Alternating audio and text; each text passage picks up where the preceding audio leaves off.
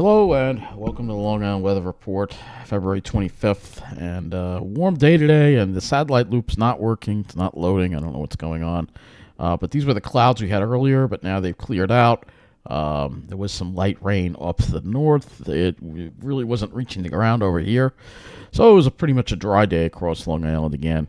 And there it goes. Yeah, there's some kind of problem with the satellite site, so I don't know what's going on. But let's look at our temperatures, and I'm using the new weather and hazard site. They've done some updates to the site. So it's 43 at Islip right now. I wish it was 43 outside my window. It's still 50 degrees in the alley, so it's about, compared to Farmingdale, which is 45, so about 5 degrees warmer. Then, all right, well, this site in North Merrick is 48. The site says 47 in Belrose, so about 5 degrees warmer. So temperatures are in the mid-40s, so it feels pretty warm out there. 50, it's still 50 at Central Park, so I guess I have the same temperature as Central Park. And if you're in Miller Air Park, west of Toms River, it's 45 there. Let's go look at the high temperatures for today.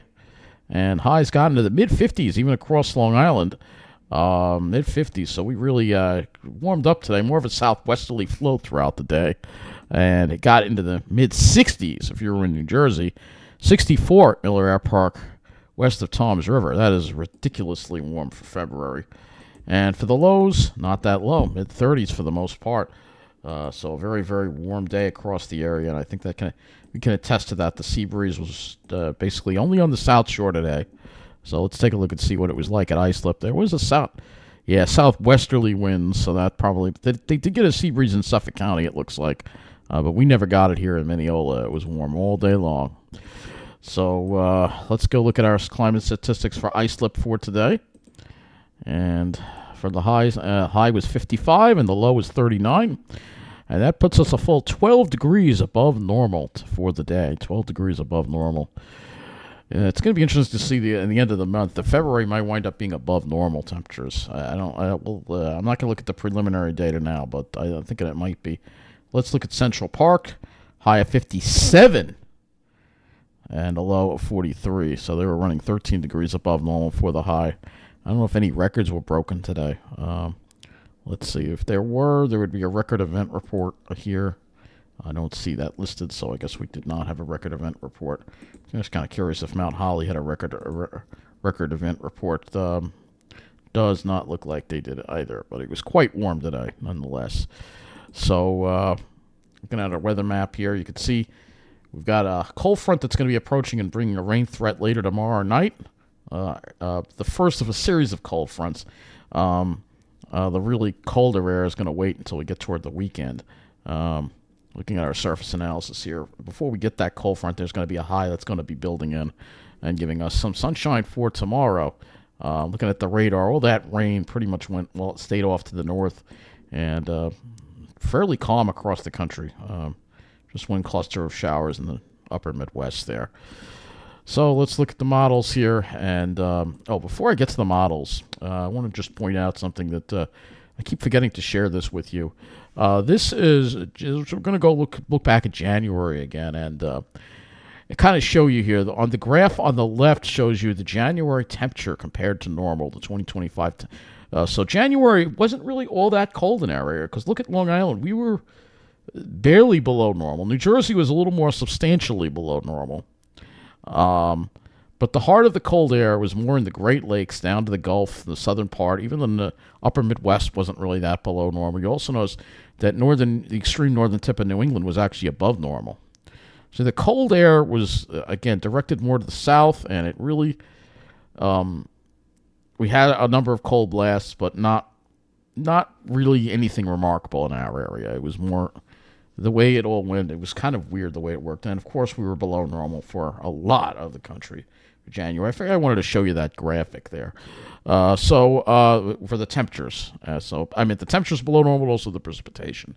So let's get back to the currents, and you'll see here we're going to have a dry day tomorrow. High pressure briefly builds in. Then we have that cold front that comes through Thursday, and then that is going to bring us a cooler day on Friday, and then this next Clipper system comes down for the weekend, and that'll bring even colder air by Sunday.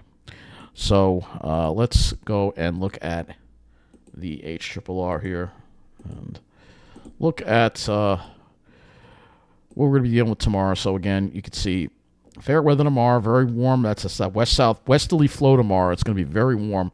I think that we overperformed our temps today. I think we're going to see 60 tomorrow in many areas, even on Long Island. And then you'll see here comes that system that might bring in some rain as early as maybe 9-10 o'clock, and a shower or two with this system here.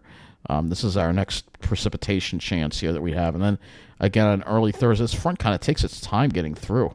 On Thursday, the HRRR really wants to slow it down. So because of that, we may have to deal with some rain chances on Friday. Nothing heavy, but there could be some scattered shower activity perhaps. And again, it's been very, very dry. It's probably still won't really amount to very much. Yeah, not even some areas might see a quarter of an inch perhaps, but the numbers on this HRRR are not very impressive as far as rainfall goes. So we will look at a few other models when it comes to that. But let's go look at the dew points and wind flow for tomorrow here. And you see the winds are going to be westerly, no sea breeze for much of the day, west-northwest winds. Dew points in the 30s, westerly flow. And then maybe as we get toward, even in the afternoon, still showing a westerly flow. It's not until we get toward later in the afternoon that the winds finally turn to the south. And that's going to bring in maybe a little more moisture for Thursday, which could help in some shower development. But it's nothing terribly impressive. But Thursday, you'll notice the winds are southwesterly, so still it's going to be quite warm. So temperatures for tonight, we are going to probably only have lows in the upper 30s probably. The alley probably won't even. Yeah, it'll be lucky if I can get the alley down to 40. And then for tomorrow, highs, I think 55 to 60 in a lot of the area. A lot of the area, I think even parts of Long Island could get close to 60 degrees. And then as we get into tomorrow night, temperatures don't really drop all that much, only probably around 40. And then Thursday is going to be one of those days where we could have a lot of variability. Now there is shower activity, so that could hold down the temperatures. But if the sun does come out and we have sunshine, especially in Jersey, it's showing well into the mid 60s and 50s for us. So I will look at a few sounding for tomorrow as well. We'll pick the middle of the day here. The thing with tomorrow is we should have plenty of sunshine. So let's look at the sounding. Yeah, those lines are pretty far apart. We'll look at New Jersey's as well. They're a little closer together in New Jersey, but they're pretty far apart that there should be a decent amount of sunshine. We'll look at some of the cloud models as well. We'll look at the RGM. But let's go to the NAM. And the 0Z only goes out this far, but I just want to see how the NAM handles for the rain threat for tomorrow. The HRRR seems to bring it in really quickly. I'm thinking it's going to be more toward after 10 o'clock, but you'll see there'll be a couple of chances for some rain. And here's the NAM, and you can see the NAM has some scattered shower activity for Thursday. And yeah, it's going to be scattered about all day long, it looks like, on Thursday, so maybe a little bit of break and then a little more later on. But that's what it's looking like for Thursday. Now, this does show the whole event, so let's take a look and see what the total amount of rain would be. And, yeah, it's not very much, like I said. It's not going to be a whole lot of rain, just a quarter of an inch. So the drought situation is getting worse again. So now let's go look at the RGM for the skies.